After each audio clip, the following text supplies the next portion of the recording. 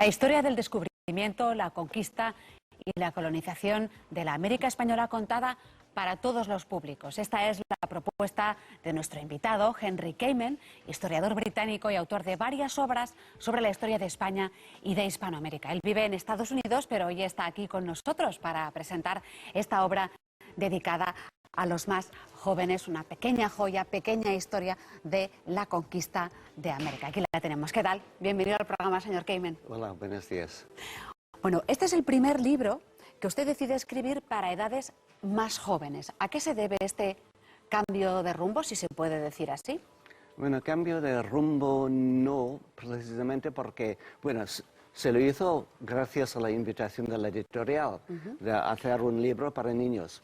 Pero me lo pensé y al intentar de tener alguna idea de cómo se podría hacer, sobre todo por un historiador profesional, me presenté al menos dos desafíos aquí. El primer propósito es de hacer una historia de la conquista de América, pero yo no lo quería hacer a través del lenguaje, de las palabras de los adultos. Quería hacerlo con más sencillez. Eso es lo que he intentado hacer y sobre todo hacer una historia puesta al día, es decir, con la última investigación. Y de hecho puedo atreverme a decir que este es el libro en español que tiene la más reciente investigación histórica sobre la conquista de América. Aunque no parezca, parece un libro tan pequeño y para niños, pero sí, contiene muchas cosas de investigación, sobre todo investigación basada en las obras de los historiadores norteamericanos. Entonces, iba a decir, ¿qué América van a descubrir los niños que van a leer este libro? Bueno, el segundo propósito, el segundo desafío no se trata del contenido, sino del público. Vamos a hacer un libro para niños. Pero los niños, todo el mundo lo sabe, no les gustan los libros, mucho menos los libros de colegio.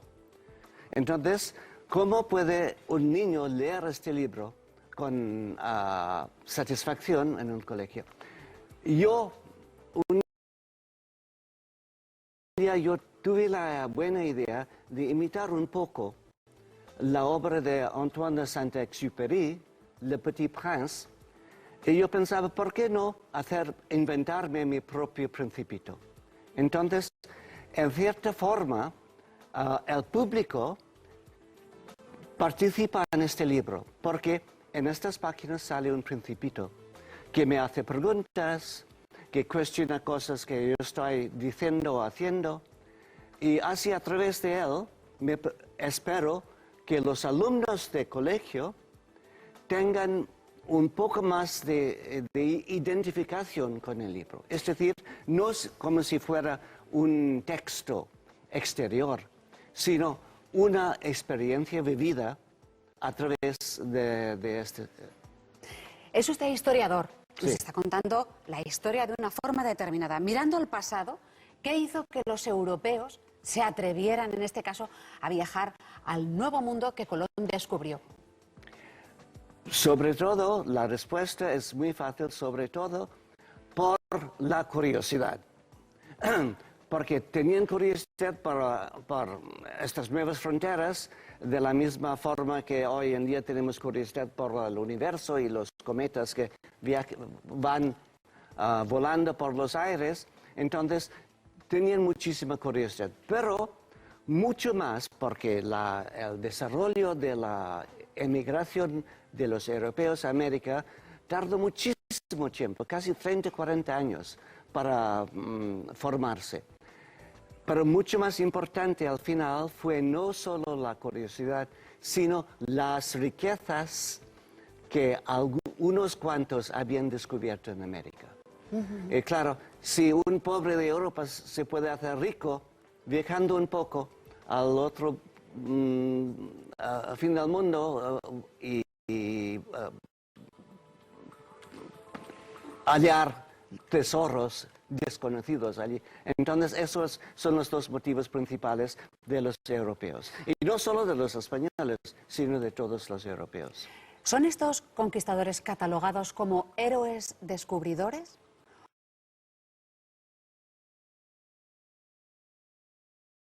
¿O como invasores con intención de apoderarse de las tierras de los nativos? ¿Qué versión?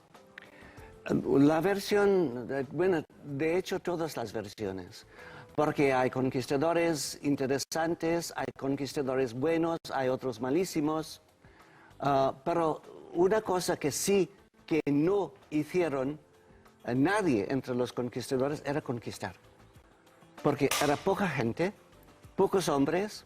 Si te imaginas, por ejemplo, que los hombres con Hernán Cortés eran como 1000 hombres. Bueno, hoy en día ya sabemos que 1000 hombres no pueden hacer nada en el mundo, y mucho menos en aquella época cuando no tenían armas ni nada. Entonces, 1000 hombres conquistando América, totalmente imposible. Totalmente imposible. El Principito se puede leer, su contribución a este debate, dice también, con permiso, que también... Tenemos el libro, lo vamos a mirar. Sí, a ver si encuentro... ¿Es una aportación o una reflexión que hace el Principito? Sí.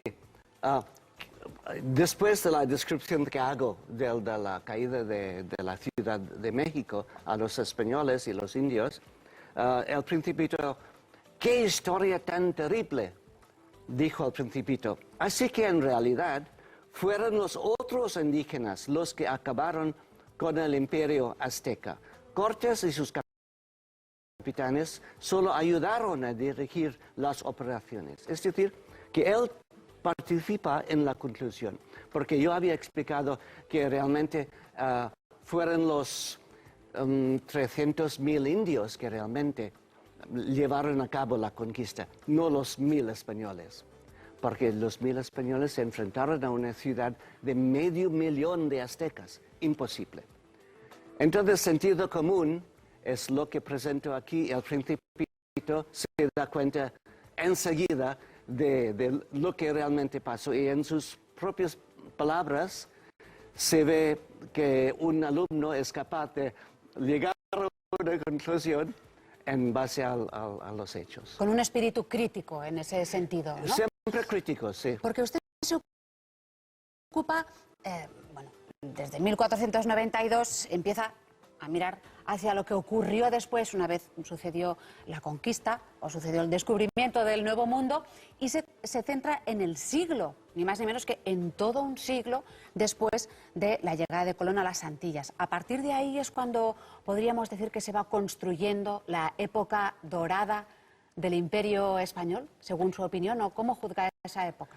Es un poco más complicado, porque lo que pasa es que casi exactamente un siglo después de Colón, después de la llegada de Colón y los primeros descubrimientos, casi un siglo después de Colón, vemos que casi la totalidad del Mar Caribe está en manos de extranjeros.